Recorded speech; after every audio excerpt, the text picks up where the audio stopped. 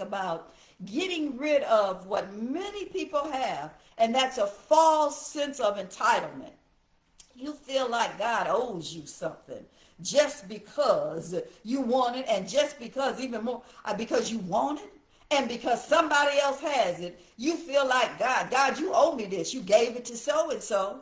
You gave it to so and so. Why you owe me that too? God, I go to church. God, I go to singles pleasing the Lord. You owe me that. They don't even go. They didn't even wait. They ain't doing nothing, God. They ain't serving you. And here I am trying to serve you and listening to the truth and trying to obey the truth. You owe me, God. You owe me. A false sense of entitlement. You will never be satisfied with God as long as you feel like God owes you something. A false sense of entitlement carries with it a self-centered life that cannot bring authentic God-given satisfaction. God owes you. He owe you his plan, his purpose, his timing. God owes you his plan, his purpose, his timing. That's what God owes you.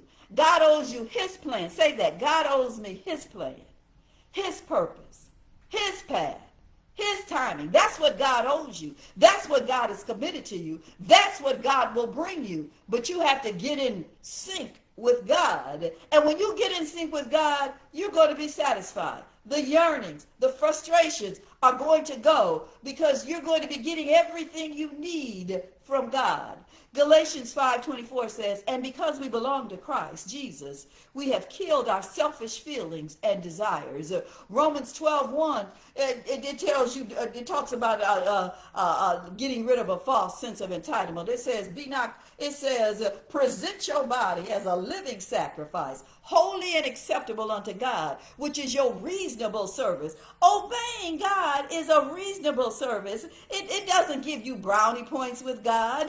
It doesn't, no, and sometimes we think that. I've had a lot of people get very frustrated with living sexually pure, and because they feel like because they do that, they should get some brownie points with God. Well, shoot, I waited. They ain't waited, and they living happily ever after. And I waited, and I'm frustrated.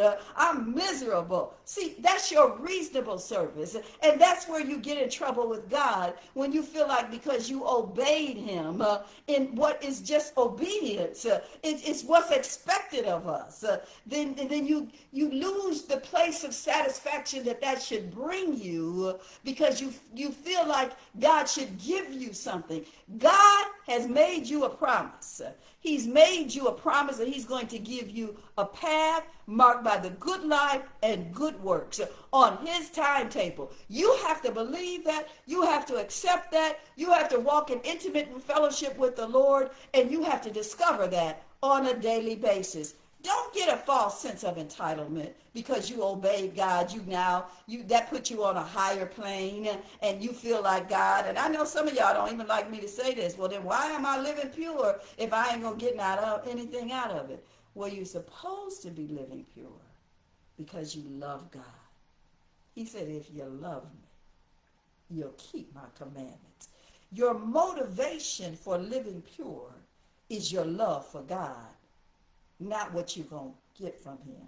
You ain't put your hand out, okay, God, I'm living pure. Now, what you done for me lately? Ooh. No, it don't work like that. Not in the kingdom. It don't work like that. God reveals his plans to us as we are in intimate fellowship with us. Don't shout me down.